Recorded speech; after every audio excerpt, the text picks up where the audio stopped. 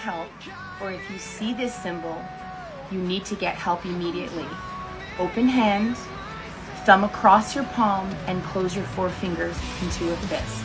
Your hand is up like this, then you tuck your thumb in and all four fingers over that thumb and back and forth. A motorist notified our 911 dispatch center that he had observed a young lady in a passenger car, that she appeared to be in distress, and that she was giving the TikTok signal to him that she was in distress and had a fear for her life. We positioned ourselves along the interstate at exit 41, about 9 miles from that location.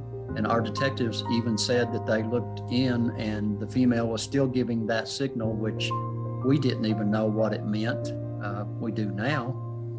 And we conducted a traffic stop by boxing the vehicle in.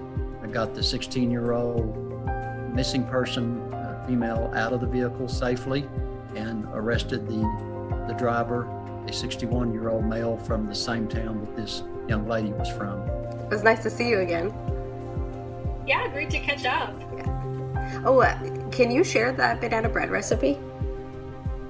Oh, sure. It's actually my mom's banana bread recipe, but it's pretty foolproof and it's super easy. Well, I appreciate it. I know your mom is a great baker, so I should be good. The trick is to grease the pan really well and use overripe bananas. That's my mom's tip. Okay, good to know. I can't wait to try it. So thanks again for the recipe. That application on TikTok, that hand gesture was everything.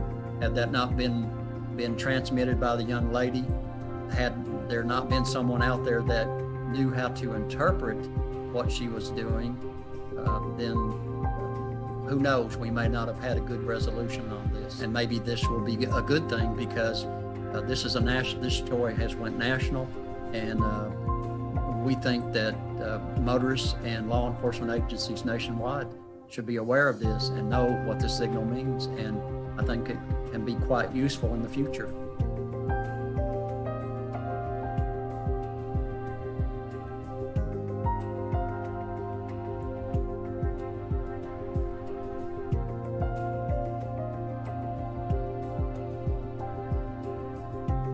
I've seen this not only on the National Coalition Against Domestic Violence website, but also in my own domestic sphere. Because I've seen my brother not only with hand marks around his neck, but abuse substances frequently. I've seen my sister not only with bruises on her body, talk about taking her own life. And I've seen my father not only with memories too harsh to share, talk about how his wife was worse than war. Because maybe the kid in the back of the class is weird for a reason.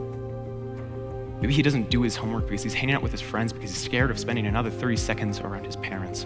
Maybe he insists on going to parent-teacher conference night alone because he doesn't want his parent to lash out. Maybe he doesn't socialize in class because he's scared that someone will close his mouth. Maybe he doesn't participate in talks about virginity with the other immaturity springs because he didn't get to choose where he lost his, but be sure as hell his parents did.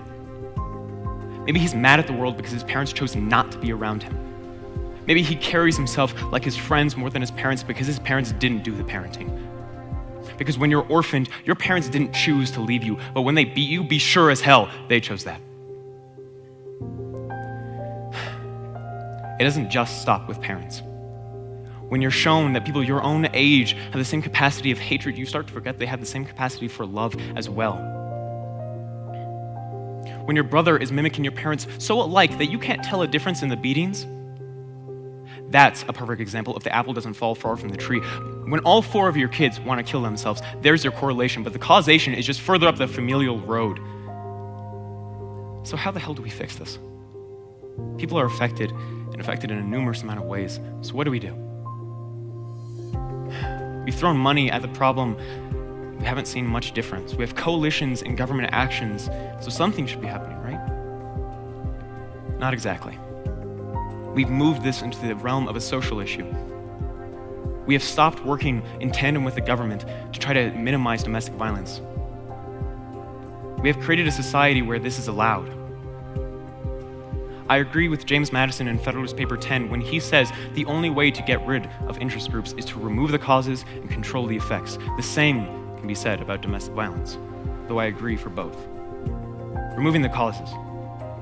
We must break down this familial cycle of abuse. We currently subside in this normalization of abuse.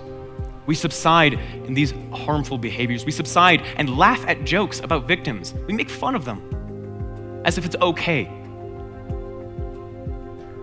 So what we must do is stop normalizing this behavior. When you flip on your TV and you see Family Guy, an 18-year running show based off of cutaway jokes and harm, and you see Peter Griffin trying to kill his kids in a new way, that's normalization. When you switch over to Simpsons, a 28-year-old running show with only the abuse part, and you allow that to subside and abuse. When you flip on your radio and listen to the Love the Way You Lie, performed in 2010 by Rihanna and Eminem, hitting the top 10 charts in the US, that's the normalization that I'm talking about. And it's not just media. I understand that, and I'm sure you do as well. It's all of us. We don't speak up when we hear jokes being made. We listen to these songs, we watch these TV shows as if they're the best thing ever. And sure, we can have great TV shows that don't allow for abuse, and we can have great songs that don't normalize that behavior. We have to start doing that. We can't just say that's the next generation's problem. Next, we can begin to control the effects. We can work in tandem with the government.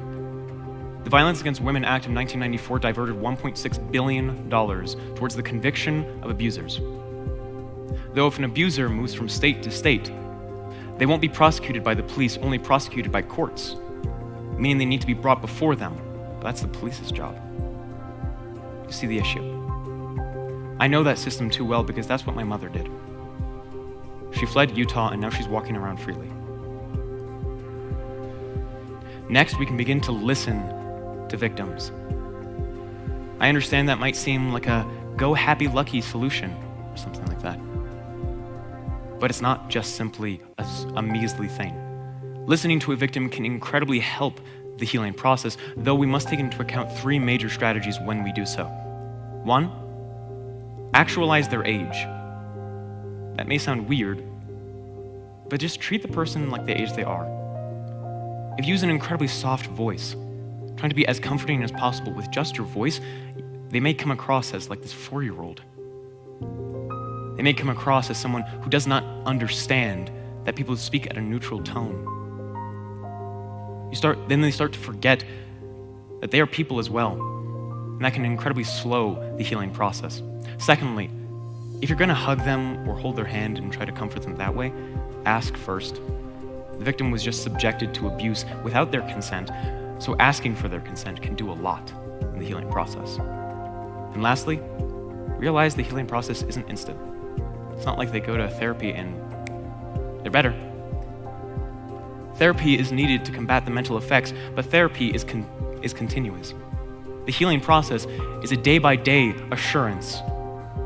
It never really ends. Something else we can do to control the effects is start to report domestic violence more. The National Coalition Against Domestic Violence theorizes that only 1% of cases of domestic violence are actually reported. This is incredibly important to go ahead and actualize.